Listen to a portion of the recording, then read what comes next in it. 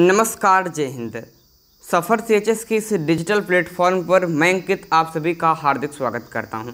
दोस्तों, जितने भी विद्यार्थी सेंट्रल हिंदू स्कूल 2021 की तैयारी कर रहे हैं उनके लिए आज से हम स्टार्ट कर रहे हैं हिस्ट्री की बहुत ही शानदार सी क्लास। और इस क्लास में आपको पूरी हिस्ट्री कंप्लीट कराई जाएगी। ठीक है दोस्तों, तो पूरा हिस्ट्री आपको यहाँ पर कंप्लीट कराने वाला हूँ। और इस बैच को सिर्फ और सिर्फ आप मात्र 49 रुपये पे करके इस बैच को अपना बना सकते हैं, मात्र 49। तो डेमो क्लास में भी आपके बीच में है, इसको देखिए, अगर लगे कि हाँ ये क्लास अच्छी है, हमारे लिए आपके इम्पोर्टेंट है, तो आप मात्र 49 रुपये पे करके क्या कर सकते हैं, इस क्लास को अपना बना सकते हैं। और इसको पे करने के लिए हमारा ऑफिशियल नंबर है 9580482638। इस पर दोस्तों क्या कर सकते हैं, आप हमें कांटेक्ट कर सकते हैं। ठीक है दोस्तों, तो इस क्लास की, इस बैच को लेने के बाद इस क्लास की वीडियो की एक्सेस, इसके अलावा PDF वगैरह, क्वेश्चन सब कुछ आपको इसी में मिल जाएंगे। तो मात्र 49 में पूरा आपको हिस्ट्री का बैच कंप्लीट कराया जाएगा। ठीक है दोस्तों, चलिए फिर हम देर ना करते हुए हिस्ट्री को अपना स्टार्ट कर लेते हैं। और हिस्ट्री को बिल्कुल शुरू से हम स्टार्ट करेंगे, प्राचीन इतिहास को जानने के स्रोत। तो प्राचीन इतिहास के बारे में हमें जानकारी कहाँ से मिलती है, वहाँ से हम स्टार्ट करने वाले हैं। मतलब कुछ भी आपके लिए छोड़ेंगे नहीं। तो आप एक कॉपी पेन लेकर बैठिए और हमारे साथ जो भी चीज़ मैं आपको लिखा रहा हूँ उसको नोट्स बनाते हुए चलेंगे। तो नोट्स सभी लोग बनाएंगे जिससे कि पूरी तैयारी आपकी हो सके। ये क्लास 9th और 11th के लिए बहुत ही ज़्यादा इंपॉर्टेंट क्लास है। इसके अलावा जो बच्चे 6 में हैं और वो भी अपना बेस कंप्लीट करना चाहते हैं तो इस कोर्स को ले सकते हैं और उनके लिए भी लेवल की चीज़ें यहाँ पर लिखाई जाएंगी। ठीक है दोस्तों, तो चलिए भाई देर ना करते हुए हम स्टार्ट करते हैं। बहुत ही अच्छी तरीके से हमको पढ़ना है। तो यहाँ पर दोस्तों अब बात करते हैं कि इसकी सीधी में स्टार्ट कर लेते हैं अपनी बात। हमको पढ़ना क्या है दोस्तों, हमको पढ़ना है आपके भारतीय इतिहास। ठीक है, भारतीय इतिहास हमको पढ़ना है दोस्तों, बिल्कुल बेसिक से लेकर चलेंगे आप लोग। तो हम इंडियन हिस्ट्री को यहाँ पर पढ़ने वाले हैं। यहाँ से 5 नंबर कम से कम आप फिक्स मानिए आपके पेपर में। तो इंडियन हिस्ट्री दोस्तों हम पढ़ने वाले हैं, भारतीय इतिहास पढ़ने वाले हैं। इतिहास में आप सब जानते हैं कि हम प्राचीन घटनाओं को पढ़ते हैं। ठीक है, और यहाँ पर दोस्तों जो हमारे साथ आपके पुराने समय में जो चीज़ें घटित हुई उसको यहाँ पर पढ़ते हैं। तो आपके इतिहास को पढ़ने के लिए, इसको पढ़ने में सुविधा हो, आसानी हो, इसके लिए आपके इतिहास को 3 पार्टों में डिवाइड किया गया है। सबसे बड़ी बात दोस्तों इस कोर्स की है कि आपको उतना डिटेल नहीं ले चलेंगे जितना आपके कॉम्पिटिटिव में आता है। हम आपको उतना ही चीज़ें बताएंगे जो आपके पेपर के लिए इंपॉर्टेंट हो सकती है। तो प्रीवियस ईयर पेपर को देख कर ही कॉन्सेप्ट आपके लिखे गए हैं और कॉन्सेप्ट आपको क्लियर कराए जाएंगे। तो इसीलिए और भी जहाँ पर आप बैच लेते हैं आपको इतना डिटेल बता देते हैं, जहाँ पर क्वेश्चन आते ही नहीं हैं तो हम उतना ही आपको कराएंगे जितना आपके पेपर में आएगा। तो देखते हैं दोस्तों, तो भारतीय इतिहास को सुविधा आपको हो उसको पढ़ने में, समझने में, इसके लिए इसको 3 पार्टों में डिवाइड किया, जिसको आप सभी लोग जानते हैं। नोट करेंगे, प्राचीन इतिहास, जिसे आप लोग कहते हैं एंशिएंट हिस्ट्री। ठीक है, एंशिएंट हिस्ट्री। इसके अलावा दूसरा इसको पार्ट में डिवाइड किया, मध्यकालीन इतिहास।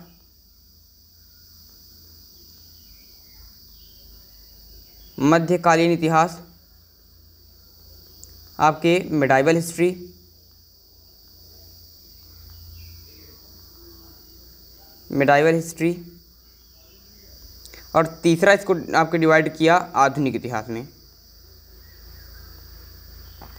ठीक है दोस्तों, तो तीसरा आपका हो गया आधुनिक इतिहास। तो इसको सुविधा हो इतिहास पढ़ने के लिए, इसलिए इसको 3 पार्टों में डिवाइड किया गया है, जिसको हम पढ़ते हैं मॉडर्न हिस्ट्री। ठीक है दोस्तों, तो ये 3 प्रकार के आपके इतिहास को 3 क्रम में डिवाइड कर दिया गया, जिससे कि आपको इसको पढ़ने में और समझने में क्या हो, आपको आसानी हो। प्राचीन इतिहास, मध्यकालीन इतिहास, आधुनिक इतिहास, ancient history, medieval history and आपके मॉडर्न हिस्ट्री। तो इंडियन हिस्ट्री को इस प्रकार से इसको डिवाइड किया गया है। देखो दोस्तों, मध्यकालीन इतिहास की शुरुआत होती है कब से, जब से सिंध पर आपके अरबों का आक्रमण होता है 712 ईस्वी से, और ये चलता है आपके औरंगजेब की मृत्यु तक 1707 ईस्वी तक। तो 1707 ईस्वी से आधुनिक इतिहास की स्टार्ट हो जाती है। इसी प्रकार से इसको थोड़ा बहुत डिवाइड किया गया है और ये बात आपको पता होना चाहिए। और 712 ईस्वी से पहले का जो काल है वो आपके प्राचीन इतिहास के अंतर्गत आता है। चलिए, इसको आप लोगों ने नोट कर लिया होगा। आइए अब आगे बढ़ते हैं और सीधा अपने टॉपिक पर चलते हैं कि जो प्राचीन इतिहास से बहुत पहले की बातें हैं, कि आज से 2000-3000 साल पहले हैं, तो इसके बारे में हमें जानकारी कैसे मिलती है, क्योंकि उस समय के लोग तो अब हैं नहीं कि जो हमको बता दें।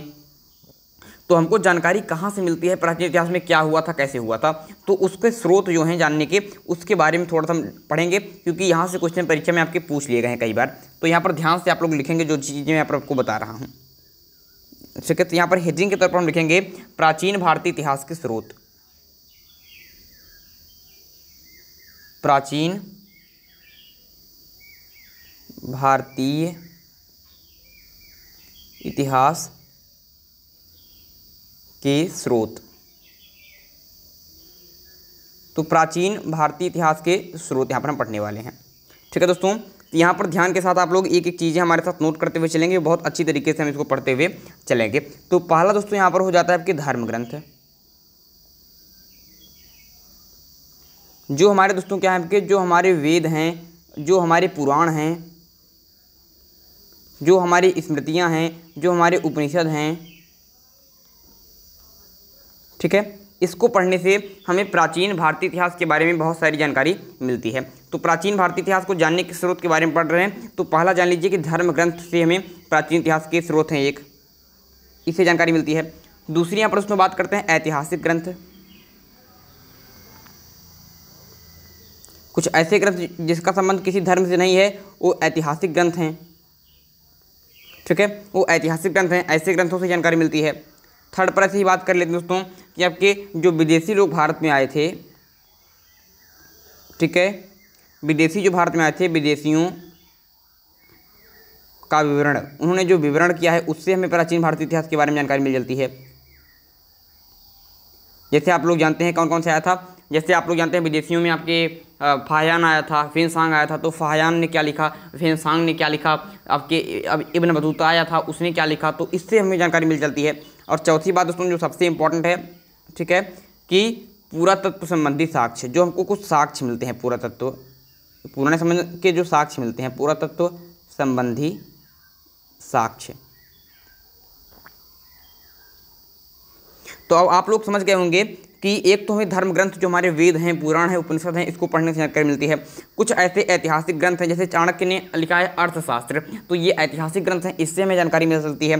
कुछ विदेशी जो लोग आए थे, जैसे आपके फेनसांग आए थे, चीनी यात्री थे, फाहियान आए थे, ठीक है, इब्न बतूता आए थे, अलबरूनी आए थे, आपके सिकंदर के साथ कई सारे लोग आए थे, ठीक है, तो आपके उन्होंने जो आपके वर्णन किया है उसको हम विदेशी यात्रियों के विवरण के अंतर्गत पढ़ते हैं। तो वहाँ से भी जिस काल में वे आए थे उनके बुक को पढ़ने के बाद वहाँ की जानकारी मिल चलती है। और जो कुछ हमके साक्ष्य मिलते हैं, जैसे आप पढ़ते हैं कि यहाँ पर स्थल मिले हैं, गुजरात में स्थल मिले हैं, ठीक है, अलग अलग स्थानों पर जो साक्ष्य मिले हैं उससे भी हमें जानकारी मिलती है प्राचीन भारतीय इतिहास को जानने के स्रोत की।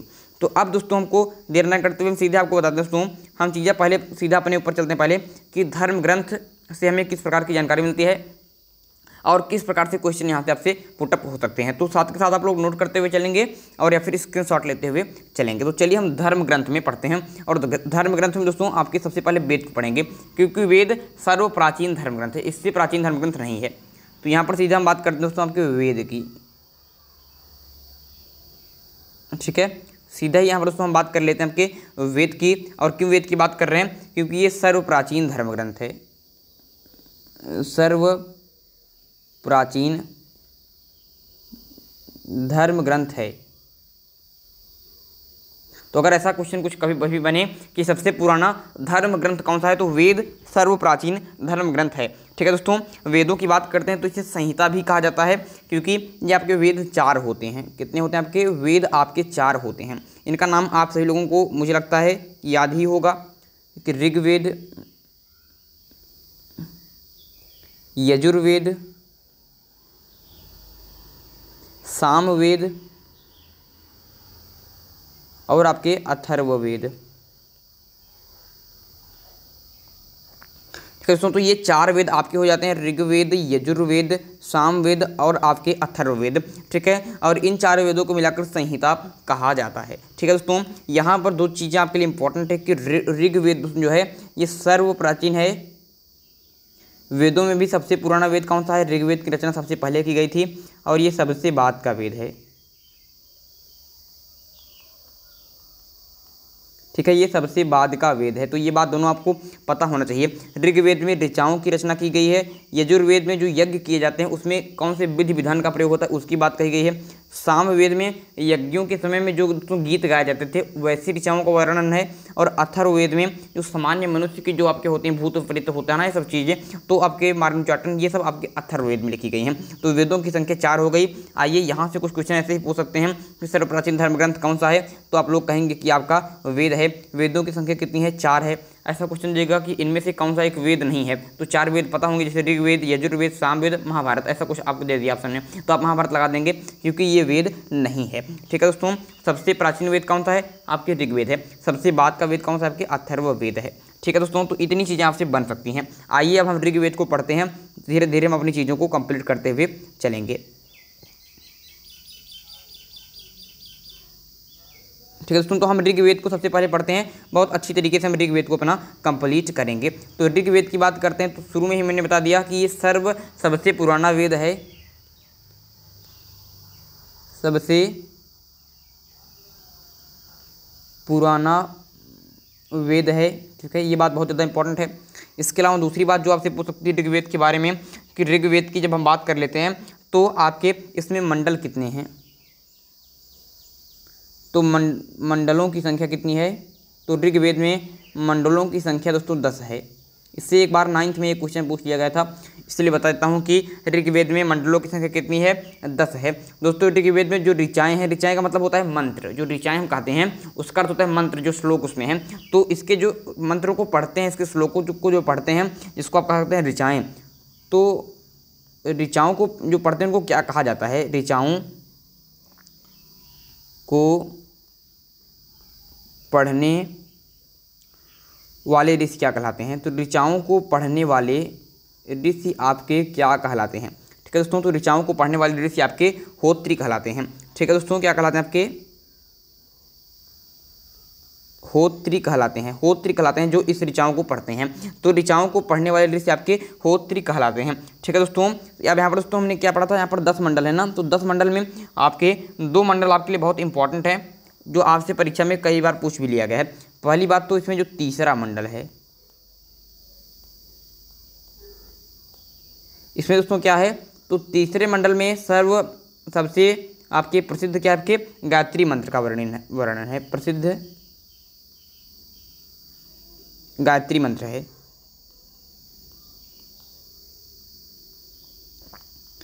तो आपके तीसरे मंडल में प्रसिद्ध गायत्री मंत्र है। इसकी रचना किसने की है? आपके विश्वामित्र ने।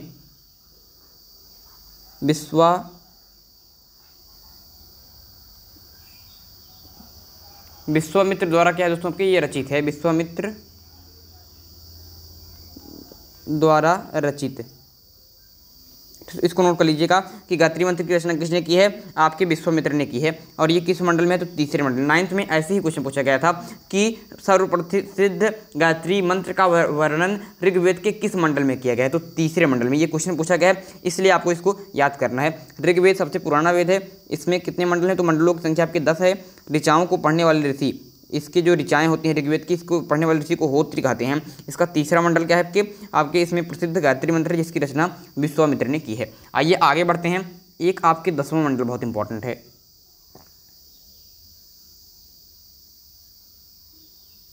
कौन सा मंडल? आपके 10वां मंडल भी आपके लिए बहुत इंपॉर्टेंट होता है। आइए इसके बारे में थोड़ा सा जान लेते हैं दोस्तों। 10वें मंडल की जब हम बात करते हैं तो यहाँ पर दोस्तों के 4 वर्ण का जो है दोस्तों, जो 4 वर्ण आप पढ़ते हैं, ब्राह्मण, क्षत्रिय, वैश्य, शूद्र, तो उसका वर्णन है 10वें मंडल के आपके पुरुष सूक्त में।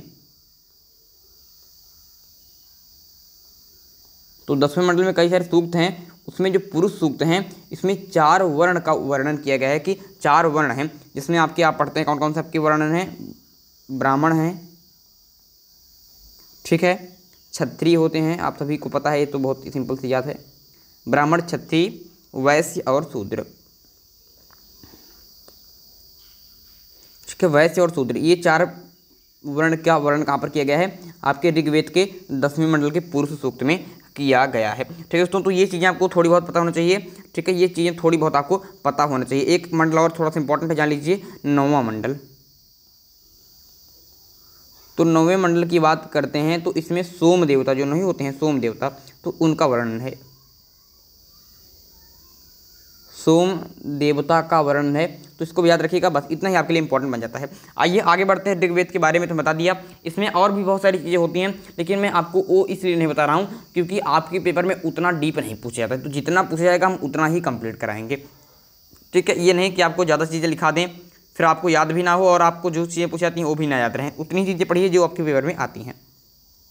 चलिए भाई आगे बढ़ते हैं। अब यजुर्वेद के बारे में देखते हैं। यहाँ पर किसके बारे में, आपके यजुर्वेद के बारे में। यजुर्वेद के बारे में देखते हैं भाई। ज़्यादा चीज़ें नहीं है, जो भी चीज़ें आपके लिए इंपॉर्टेंट है सिर्फ उतनी लिखाई जाएंगी।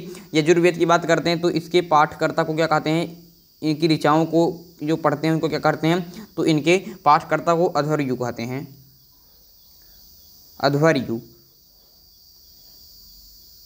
ठीक है। जैसे वहाँ पर आपने कहा कि उनकी ऋचाओं को पढ़ने वाले को होत्र कहते थे ऋग्वेद में, वैसे इनके पाठककर्ता को क्या कहते हैं, आपके अध्वर्यु कहते हैं। ये बहुत बार परीक्षा पूछ ले गए, इसलिए पाठककर्ता विशेष रूप से याद रखेंगे। और उसमें सबसे बड़ी बात कि ये एक ऐसा वेद है, एक ऐसा वेद है जो गद्य और पद्य क्या है, आपके दोनों में है।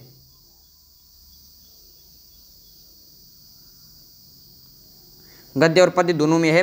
ये बात पूछ लेगा कौन सा वेद गद्य और पद्य दोनों में है, तो आपके यजुर्वेद। अब बात करते हैं सामवेद की। छोटी छोटी चीज़ें हैं, आप धीरे धीरे इसको याद करेंगे, याद हो जाएगा। अब सामवेद की यहाँ पर दोस्तों बात कर लेते हैं कि सामवेद के जो पाठकर्ता होते हैं उनको क्या कहते हैं, जो इसका पाठ करते हैं उसको क्या कहते हैं दोस्तों, तो इसके पाठकर्ता को उदात्री कहते हैं।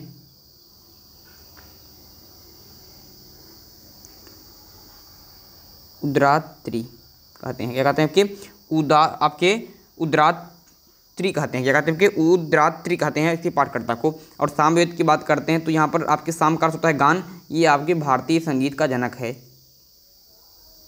इसे भारतीय संगीत का जनक कहते हैं। तो कौन से वेद को भारतीय संगीत का जनक कहते हैं, सामवेद को कहते हैं। इसकी दोस्तों जो रचना है आपके ऋग्वेद के आधार पर की गई है। इसके पाठकर्ता को उदात्री कहते हैं, इसके पाठकर्ता को यजुर्वेद को अध्वर्यु कहते हैं, ठीक है। तो सामवेद के बारे में आपकी चीज़ें कंप्लीट हो गई, सामवेद के बारे में चीज़ें आपकी कंप्लीट हो गई। आइए अब लास्ट बात करते हैं अथर्ववेद के बारे में, ठीक है। अथर्ववेद की बात कर लेते हैं यहाँ पर, तो सारी चीज़ें नोट करते हुए चलेंगे। किसकी बात करेंगे दोस्तों यहाँ पर हम, तो आपके अथर्ववेद की बात करेंगे। एक सेकंड, अथर्ववेद, ठीक दोस्तों। तो ये अथर्व ऋषि द्वारा रचा गया था, इसलिए इसे अथर्ववेद कहते हैं। अथर्व ऋषि ने इसकी रचना की थी। अथर्ववेद की बात करते हैं तो ये सबसे बाद का वेद है, हमने आपको लिखा ही दिया है, सबसे बाद का वेद है। इसके बाद दोस्तों आपके लिए इंपॉर्टेंट है कि एक ऐसा वेद है जो कन्याओं के जन्म की निंदा करता है। तो ये क्वेश्चन डायरेक्टली पूछ लिया गया है कई बार कि वो कौन सा वेद है जो कन्याओं के जन्म की निंदा करता है, जन्म की निंदा करता है। तो कन्याओं के जन्म की निंदा करता है आपके अथर्ववेद, ठीक दोस्तों। और यहाँ पर अथर्ववेद में क्या है, तो इसको आप बहुत ही इंपॉर्टेंट करके आप नोट कर लीजिए, इंपॉर्टेंट करके कि इसमें सामान्य मनुष्यों के विचारों, ये बहुत इंपॉर्टेंट बात है, इसको समझ लीजिए कि इसमें जो सामान्य मनुष्य हैं, सामान्य इसमें क्या चीज़ है, तो इसमें सामान्य मनुष्यों के विचारों तथा अंधविश्वासों का वर्णन मिलता है।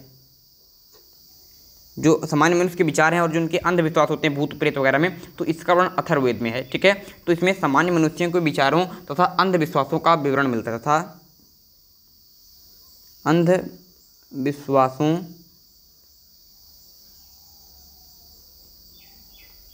का विवरण मिलता है, ठीक है। तो इसमें सामान्य मनुष्यों के विचारों तथा अंधविश्वासों का विवरण मिलता है। ये सबसे बात का है, ये कन्याओं के जन्म की निंदा करता है। तो इतनी बातें आपके लिए इंपॉर्टेंट है, ठीक है। और ये अथर्व ऋषि द्वारा रचित है। तो ये सब चीज़ थोड़ी बहुत आपको पता होना चाहिए। ये परीक्षा में कई बार पूछ लिया गया कौन सा वेद कन्याओं के जन्म की निंदा करता है, अथर्ववेद। और ये क्वेश्चन पूछ लिया कि किस वेद में सामान्य मनुष्यों के विचारों तथा अंधविश्वासों का विवरण मिलता है, तो अथर्ववेद में। आइए आगे बात कर ले दोस्तों। तो धर्म ग्रंथों में हमने आपको शुरू में बताया था पुराण के बारे में, पुराण के बारे में बताया था, यहाँ से भी जानकारी बहुत सारी मिलती हैं। तो पुराण की बात कर दोस्तों, तो पहले आप जान लीजिए कि इसके रचयिता कौन है। पुराणों की रचना किसने की है? तो पुराणों की रचयिता हैं आपके लोमहर्ष तथा उग्रश्रवा। कौन? आपके लोमहर्ष हैं, लोमहर्ष, और इनके पुत्र थे लोमहर्ष या फिर इनके पुत्र थे आपके उग्रश्रवा, वो ही माने जाते हैं, उग्रश्रवा। तो पुराण की बात करते हैं, इसके रचयिता कौन है? आपके लोमहर्ष हैं या फिर इनके पुत्र हैं उग्रश्रवा। ये दोनों में से कोई ने पुराण की रचना की थी, तो ये दोनों आपके ऑप्शन में रहेंगे, जो भी रहेंगे आप उसको करेक्ट कर देंगे। पुराणों की संख्या कितनी है दोस्तों? तो पुराणों की संख्या आपकी 18 पुराण कुल हैं, ठीक है। इसमें सबसे प्राचीन पुराण कौन सा है? तो आपके सबसे प्राचीन एवं प्रमाणिक पुराण, सबसे प्राचीन पुराण कौन है? तो आपके मत्स्य पुराण है। एक सेकंड। तो मत्स्य पुराण सबसे प्राचीन पुराण है, इसको याद रखिएगा। पुराणों की संख्या कितने हैं? 18 है। पुराणों के रचयिता कौन है? लोमहर्ष एवं उग्रश्रवा माने जाते हैं इनके रचयिता। और सबसे प्राचीन पुराण कौन सा है? तो मत्स्य पुराण सबसे प्राचीन पुराण माना जाता है, ठीक है दोस्तों। तो साथ के साथ एक आपके हम बात कर रहे थे किसकी? हम बात कर रहे थे उपनिषद की।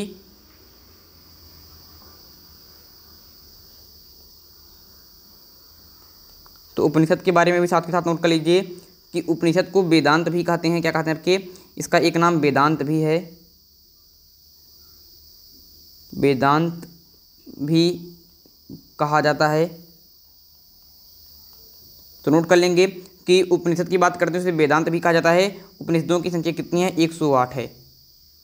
तो उपनिषदों की संख्या कितनी है? 108 है, इसको नोट कर लीजिएगा। तो यहाँ पर हम देख लेते हैं उपनिषद के बारे में।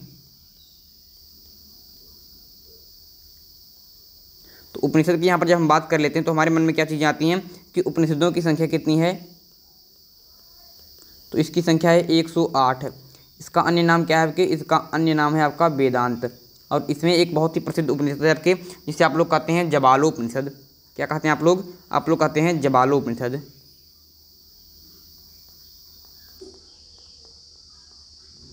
ठीक है, जबालोपनिषद। और जबालोपनिषद की जब हम बात कर लेते हैं तो आपको पता होना चाहिए कि चारों आश्रमों का उल्लेख, चारों आश्रमों का उल्लेख, चारों आश्रमों मतलब जो आप पढ़ते हैं कि आपके काल को बांटा गया है बाल्यावस्था में 1 से आपके 25 वर्ष तक, फिर उसके बाद 25 से 50 वर्ष तक, फिर 50 से 75 वर्ष तक आपके, फिर 75 से लेकर आपके 100 वर्ष तक जो सन्यासी का जीवन जो आपके डिवाइड नहीं किया गया है। तो उसमें दोस्तों क्या होता है आपके? उसमें आपके क्या होता है आपके? उस जो 4 आश्रमों का उल्लेख है कहाँ पर हुआ है? तो जबालोपनिषद में किया गया है। उपनिषद है जबालोपनिषद, ठीक है दोस्तों। एक है आपका मुंडकोपनिषद, बहुत इंपॉर्टेंट है आपका। कौन सा उपनिषद? आपके मुंडकोपनिषद। तो मुंडकोपनिषद में हमारा दोस्तों जो राष्ट्र वाक्य है सत्यमेव जयते वो लिया गया है। तो यहाँ पर दोस्तों है, इसी में है मुंडकोपनिषद में आपके क्या मिलता है? आपके सत्यमेव जयते,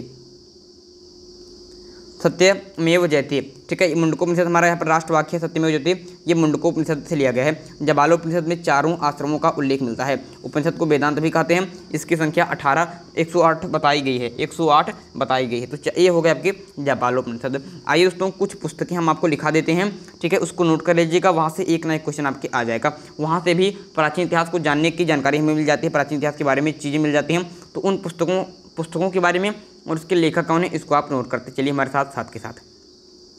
चलिए इस तरफ दोस्तों हम लिखेंगे, इस तरफ हम लिखेंगे पुस्तकें और उस तरफ उसके रचयिता। तो अर्थशास्त्र,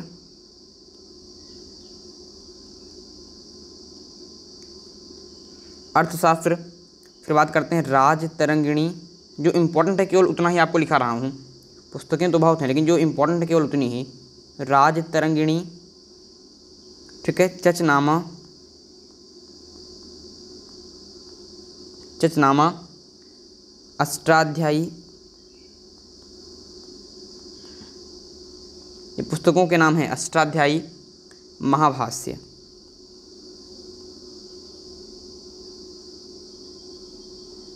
क्या आपके? महाभाष्य। तो ये आपके हो गई अर्थशास्त्र, राजतरंगिणी, चचनामा, अष्टाध्यायी और आपके महाभाष्य। तो आइए इसके लेखक के बारे में देखते हैं। तो अर्थशास्त्र की रचना किसने की है? आपके चाणक्य महोदय ने की है, ठीक है। राजतरंगिणी की रचना आपके कल्हड़ ने की है, चचनामा की रचना आपके अली अहमद ने की है। ये चचनामा दोस्तों है, इसमें सिंध विजय जो आपके अरबों ने आक्रमण किया था मोहम्मद बिन कासिम के नेतृत्व में, तो उसका वर्णन मिलता है चचनामा में। तो अली अहमद इसके लेखक हैं। अष्टाध्यायी की रचना आपके पाणिनि ने की है। संस्कृत व्याकरण की प्रथम पुस्तक है। महाभाष्य की रचना आपके पतंजल ने की है। किसने? आपके पतंजल ने। तो ये चीज़ें आप नोट कर लिए, चलिए अगले पुस्तक की तरफ बढ़ते हैं। सब सारी पुस्तकें आपकी जुबान पर होनी चाहिए, तभी काम बनेगा भाई। जो चीज़ें बता रहा हूँ उसको याद करेंगे तभी काम बनेगा। आइए आगे बढ़ते हैं, नेक्स्ट पुस्तकों की तरफ बढ़ते हैं। छठवीं पुस्तक आपके कौन सी पुस्तक है दोस्तों? आपका इंडिका। किसने लिखा है? इंडिका। इसके अलावा बताइए दोस्तों, आपके इंडिका के बाद हिस्टोरिया पुस्तक किसने लिखी है? हिस्टोरिका। ठीक है। इसके बाद आपके नेक्स्ट पुस्तक आपके है हिस्टोरिका के बाद नेचुरल हिस्ट्री।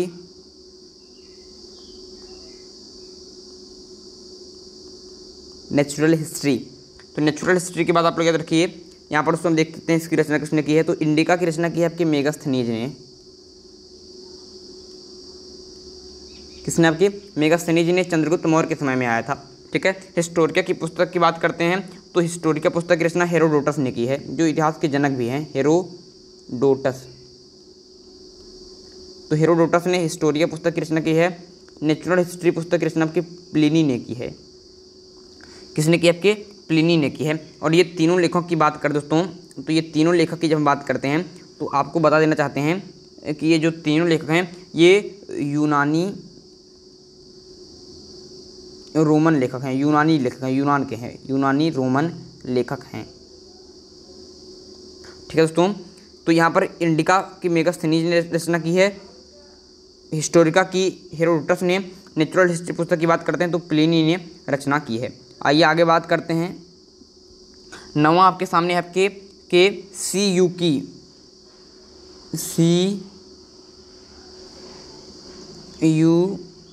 की एक पुस्तक है और एक पुस्तक है आपके फोक्यो की।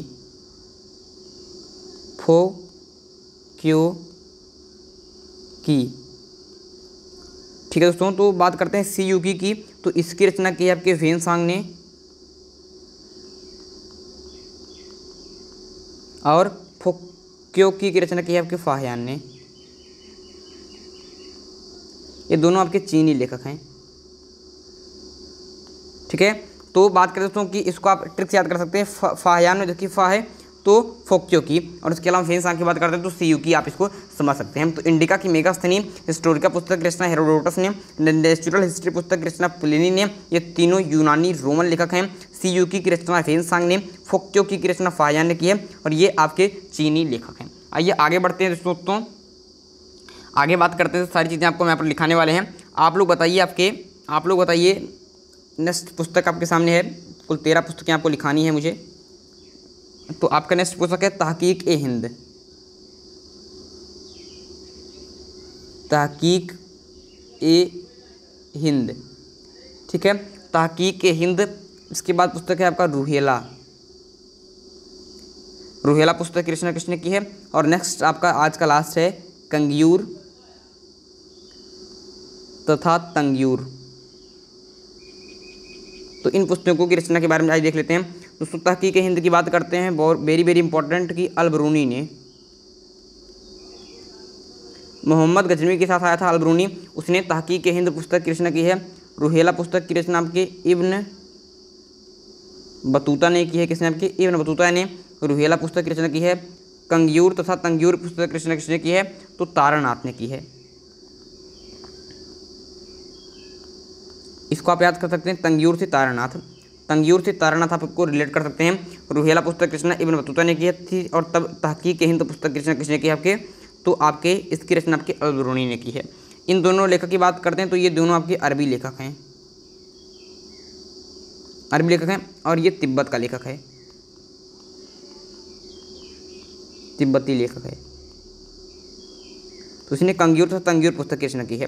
तो ये 13 पुस्तकें हमारी रही। अर्थशास्त्र की रचना Chanakya, Rajatarangini, Kalhan, Chachnama, Ali Ahmad, Ashtadhyayi, Panini, Mahabhashya Patanjali, Indica Megasthenes, Historica Herodotus, natural history Pliny, CU की वेनसांग, तहकीक आपके फोक्यो की बात करते हैं तो फाहियान, तहकीक हिंद अलबरूनी, रूहेला पुस्तक रचना इब्न बतूता, तंगियोर पुस्तक रचना तारानाथ ने की है। तो इस प्रकार की दोस्तों आज का हमारा पूरा चीज़ें रही, जहाँ पर हम इतिहास जानने के लिए जो धर्म ग्रंथ हैं, जो विदेशियों का विवरण है, जो कुछ ऐतिहासिक ग्रंथ हैं, उनके बारे में पढ़ा। तो लगभग आधे घंटे की क्लास में हमने सारी चीज़ों को कंट्रोल कर लिया, सारी चीज़ों को कंप्लीट कर लिया है। जी हाँ दोस्तों, कंप्लीट कर लिया है। आइए नेक्स्ट वीडियो में हम पुरातत्व संबंधी साक्ष्य के बारे में पढ़ने का प्रयास करेंगे। तो इसी प्रकार से पढ़ते रहिए और इस कोर्स को अपना बनाने के लिए हमें व्हाट्सअप मैसेज कर सकते हैं, मात्र 49 रुपये में पूरा बैच आपको मिल जाएगा। तो 9580482638 इस पर मैसेज कर दीजिएगा, ठीक है। 2 दिन तक ये क्लास डेमो रहेगी, उसके बाद सारी क्लासें पेड चलने लगेंगी। तो आप लोग इसको मात्र 49 में हमसे इस कोर्स को अपना बाई कर सकते हैं। इसमें आपको पूरा इतिहास कंप्लीट कराया जाएगा। चलिए आज का वीडियो यहीं पर समाप्त करते हैं। अगले वीडियो में एक इंपॉर्टेंट टॉपिक के साथ फिर होगी मुलाकात। तब तक के लिए मुझे दीजिए इजाज़त। मैं हूं अंकित मिश्र और आप देख रहे हैं सफर CHS। बहुत बहुत धन्यवाद।